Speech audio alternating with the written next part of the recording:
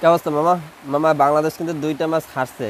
তো তারপরে কিন্তু তোমরা কিন্তু আজকের আবার খেলা দেখবা, কারণ জানি কারণ তোমরা বাঙালি যতই বাংলাদেশ টিমকে যতই গালাগাল দাও না কেন, তোমরা কিন্তু খেলা আবার সেই রাত 12টা থেকে কিন্তু অবশ্যই কিন্তু খেলা দেখবা। তো মামা সবাই কিন্তু রেডি হয়, রাত 9টার সময় পাকিস্তানের সাথে আজকের খেলা। তো আশা করি আজকের এই ম্যাচটা আমরা বাংলাদেশ জিতবো। আর আমরা বাঙালি আমাদের বাংলাদেশ টিমকে যতই গালাগালি করে না কেন, দিন শেষে কিন্তু আমরা বাঙালি, আমরা ক্রিকেট কিন্তু ভালোবাসি, অবশ্যই কিন্তু আমরা ক্রিকেট খেলাটাকে দেখবো। আর মামা তোমাদেরকে বলে রাখি যে আজকে লিস্ট আজকের ম্যাচটা যেত, কারণ বিগত 2টা ম্যাচ হারছো, আরব আমির সাথে সিরিজটা হারছো। কারণ আসলে বাংলাদেশের সকল অডিয়েন্স চায় বা দর্শকরা চায় তোমরা বাংলাদেশে আজকে ম্যাচটা যেত, কারণ তোমরা লিস্ট হোয়াইট আসোই না, কারণ হোয়াইট আসলে মান সম্মান থাকে না। পাকিস্তানের মতো টিমের সাথে যেহেতু সিরিজটা তো হারিয়ে গেছো, অবশ্যই আজকে ম্যাচটা যেত, আজকে ম্যাচটা জিতা অবশ্যই মান সম্মানটা রক্ষা কর, কারণ আজকে ম্যাচ যদি হারো পাকিস্তানের সাথে, তাহলে কিন্তু টি20তে হোয়াইট আসবে।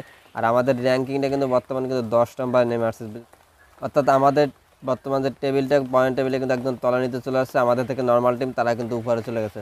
আমার ক্রিকেট খেলাটা এরকম হবে, পঞ্চম পর্যায়ে ছিল তারা অবশ্যই খেলাটা কিন্তু ভালো করে খেলছে, তাদের কারণে কিন্তু র্যাঙ্কটা আগাই ছিল। এখন আস্তে আস্তে ডাউন হইতেছে, আবার কিন্তু খুব দ্রুতই আবার ভালো পর্যায়ে চলে যাবে। অবশ্যই কিন্তু খেলাটা মনোযোগ দিয়ে খেলতে হবে। আর অবশ্যই আজকের ম্যাচটা দিত, কারণ তোমাদের জন্যই কিন্তু আমরা বসে থাকি।